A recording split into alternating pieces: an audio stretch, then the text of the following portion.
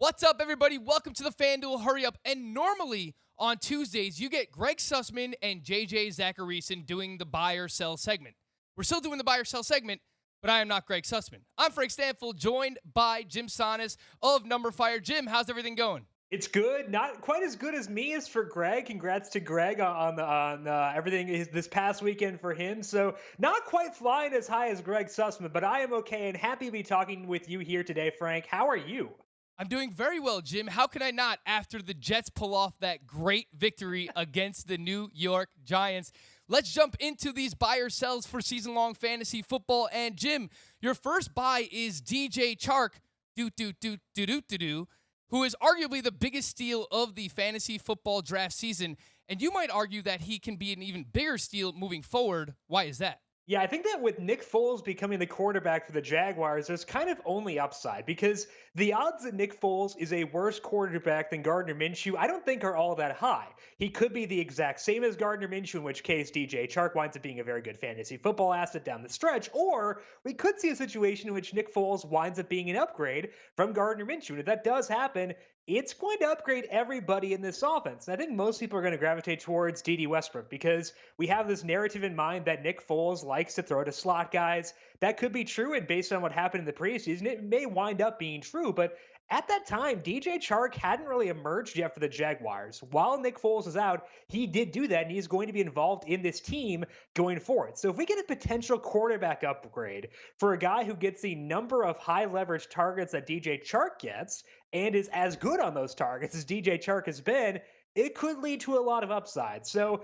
I think you can, really pitch buying any of these Jaguars players, whether it be Dede Westbrook, DJ Chark, Leonard Fournette. All these guys would benefit if Nick Foles were to be an upgrade from Gardner Minshew. But I think the guy I'm most intrigued in, the guy who's going to get the most high leverage looks, is DJ Chark. And I think it makes sense to take a little bit of a risk here, see what happens with Nick Foles. Again, it's within the range of outcomes. He could be a downgrade from Gardner Minshew, but I don't think that's all that likely. I'm going to play the percentages here and go with DJ Chark and try to get those deep balls from a quarterback who has been good at times in the past. So I think this could be a good time to buy into DJ Chark, but just more broadly, this entire Jaguars team is pretty interesting right now. DJ Chark, currently the wide receiver 14 in fantasy points per game. And Jim thinks that there's a good chance that Nick Foles is an upgrade over Gardner Minshew. So Jim is buying DJ Chark and the rest of the Jaguars. Damian Williams was one of the higher drafted running backs this year in fantasy football, Jim, and he hasn't lived up to expectations until just recently. Back-to-back games with over 70% of the snaps. LaShawn McCoy was inactive this past week. You are buying Damian Williams.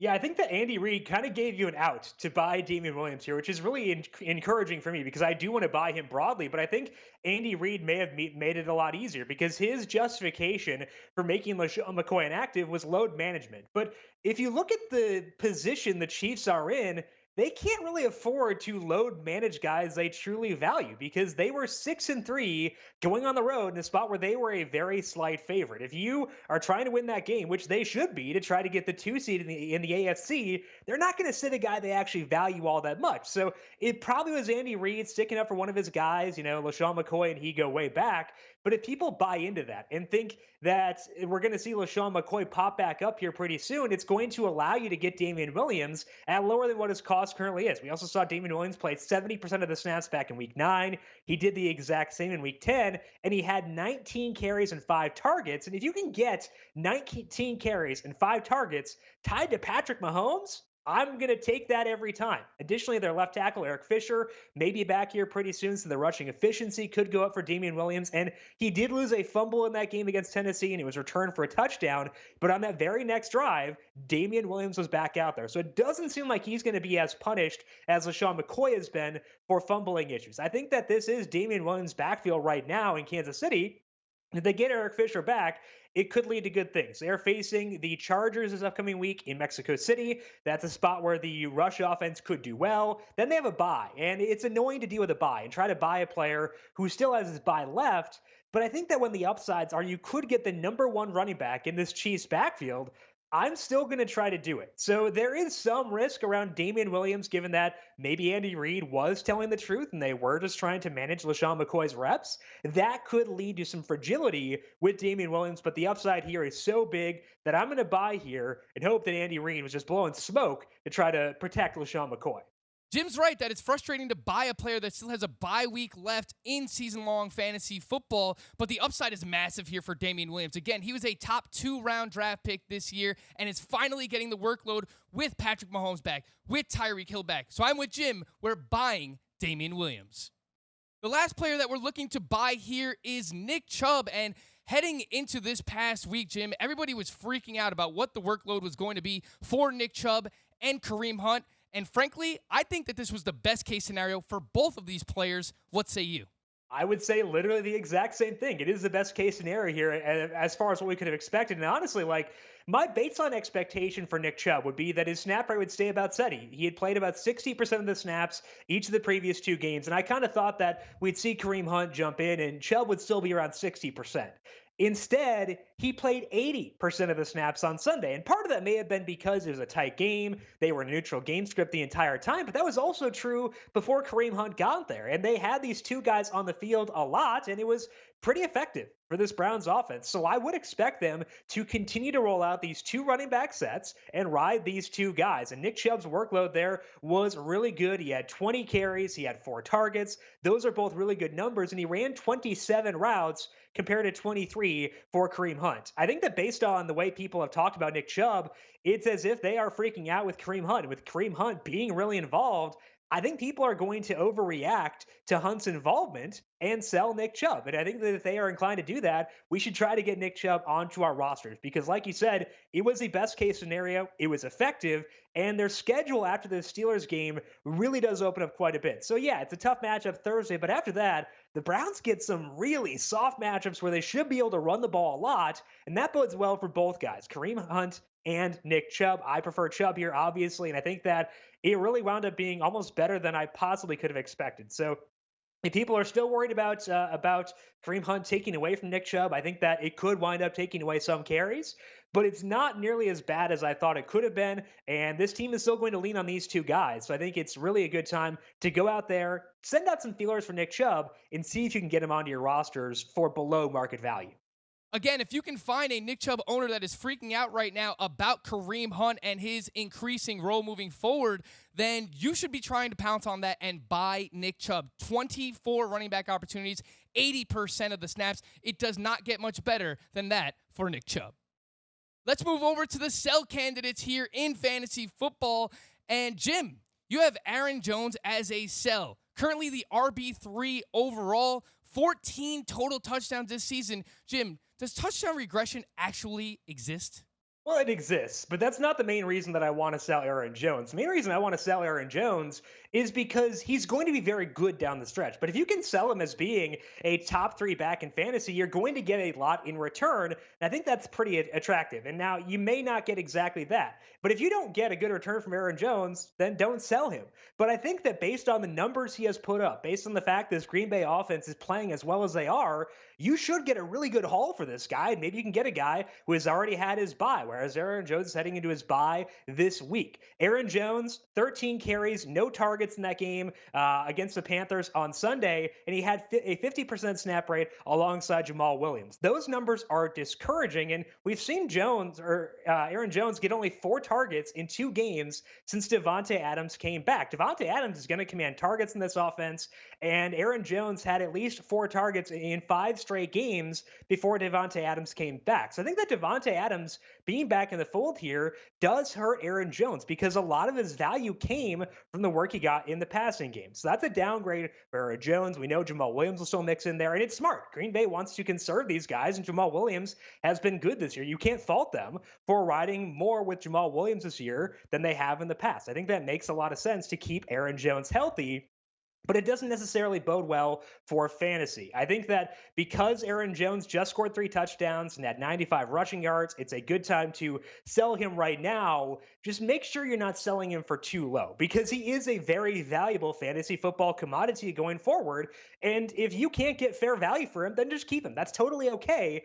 But I think given how good he has been, you should get a pretty good haul. And if you can get a good haul, get a top end wide receiver, maybe get some depth at your running back position as well, that's going to bode well for you down the stretch. And I think that that is something I would want to at least explore. So I'm not saying you have to sell Aaron Jones. I'm saying you see what you can get in return. And if it's a really good haul, I would say pull that trigger because the workload here is just kind of okay. The efficiency is going to be awesome behind this offensive line, and he's a good player and a great offense. We want all those things, but if you can get some kind of phenomenal return for this guy, I would say pull that trigger because the best days for Aaron Jones may not necessarily be ahead.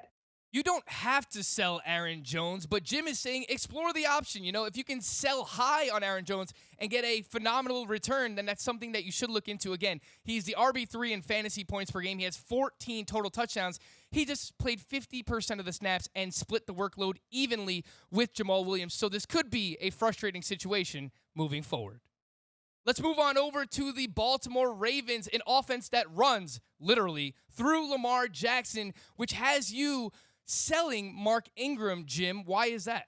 Yeah, I kind of hate his role. I hate a lot of things about Mark Ingram's role right now. It's been pretty unappealing for a decently long stretch now. He played 49% of the snaps this past week, and you could say, well, hey, they obliterated the Bengals and did not need Mark Ingram in that game. That is probably a fair assessment, and it could explain why Mark Ingram's snap rate was so low. But his snap rate has now been low. It's been 52% or lower in 4 straight games. He has not had more than 15 carries in any of those games. He has not had more than 3 targets in any of those games. Basically, what we're seeing is Mark Ingram is losing work to guys like Gus Edwards and Justice Hill. And as their workload gets bigger, Mark Ingram's will get smaller. He is going to face Houston. He's going to face the Rams and San Francisco the next 3 games. None of those are slam dunk matchups. They're not matchups where you need to benchmark Ingram, but they're not necessarily the best matchup. So I think it's a situation where you take a similar approach to Aaron Jones, where you go out there and see what people will give you for Mark Ingram. I would be willing to sell Mark Ingram for much less than I'd be willing to sell Aaron Jones, just because I don't think the upside for targets is there as it is with Aaron Jones. And I'm also just not as sure that he's going to get the high leverage work that they may give to guys like Gus Edwards. So I think it's a good time to float out Mark Ingram. He did score on Sunday, which can kind of alleviate some concerns there, but I'm not sure he has the same path to a big day as he did earlier this year, given that dip in snap rate and the increased role for Gus Edwards. And I would like to cut bait as quickly as humanly possible because the bottom could fall out of Mark Ingram here pretty soon. He'll be efficient. He's going to have a high yards per carry, and this offense will score touchdowns. But I just think the role is not good enough to justify not seeing what you can get in return for him right now. Since week 6, Mark Ingram is playing just 45% of the snaps and averaging 13.5 touches per game. Doesn't have a huge role in the pass game either. So if you can get a high-end RB2 or a high-end wide receiver 2 in return for Mark Ingram, that's definitely something you should be looking into. Let's move on over to A.J. Brown of the Tennessee Titans. And Jim, we saw this past week a huge spike in snaps with Corey Davis out, but unfortunately, A.J. Brown did not make the most of this opportunity. Let's be honest, the Tennessee Titans want to run with Derrick Henry. That's exactly what they've done all season. Why are you selling A.J. Brown? Yeah, it's worth noting you're not going to get a whole lot in return for A.J. Brown based on what he did on Sunday. And I think that's totally okay. I don't need a whole lot in return to move this guy because I don't see a situation in which I'm going to want to use A.J. Brown for the rest of this year. Because think back to Sunday. Not only was it a script where they potentially could have had to throw a lot against Kansas City, but it was also with no Corey Davis and no Delaney Walker, and A.J. Brown still had just 4 targets and caught only 1. That was the best situation A.J. Brown is going to have this entire year, and he still could not capitalize. But I think that when you talk about guys like Corey Davis and like A.J. Brown, people always want to buy in because they're very talented players. And I do not disagree. A.J. Brown is a talented football player.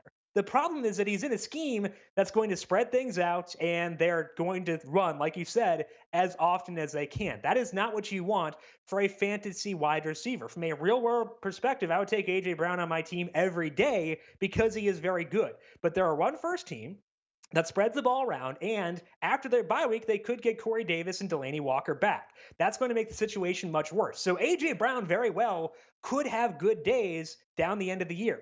But I know I'm not going to be able to predict those good days, and I just want no part of it if I have to guess when he's going to have a spike week as opposed to a one catch for 17-yard week. And I think that that is the big reason why I want to get rid of A.J. Brown. Again, you're not going to get a whole lot in return here, but I think that is okay because I don't see myself ever using this guy down the stretch, given how unpredictable his spike weeks are going to be. He's never going to have a better situation than what he had on Sunday with those guys coming back. So I think you're probably not going to get a whole lot, but I'd float A.J. Brown out there, see if you can potentially package him with someone else to get a bigger fish because it's just a grim situation, and I really want no part of this Tennessee passing offense.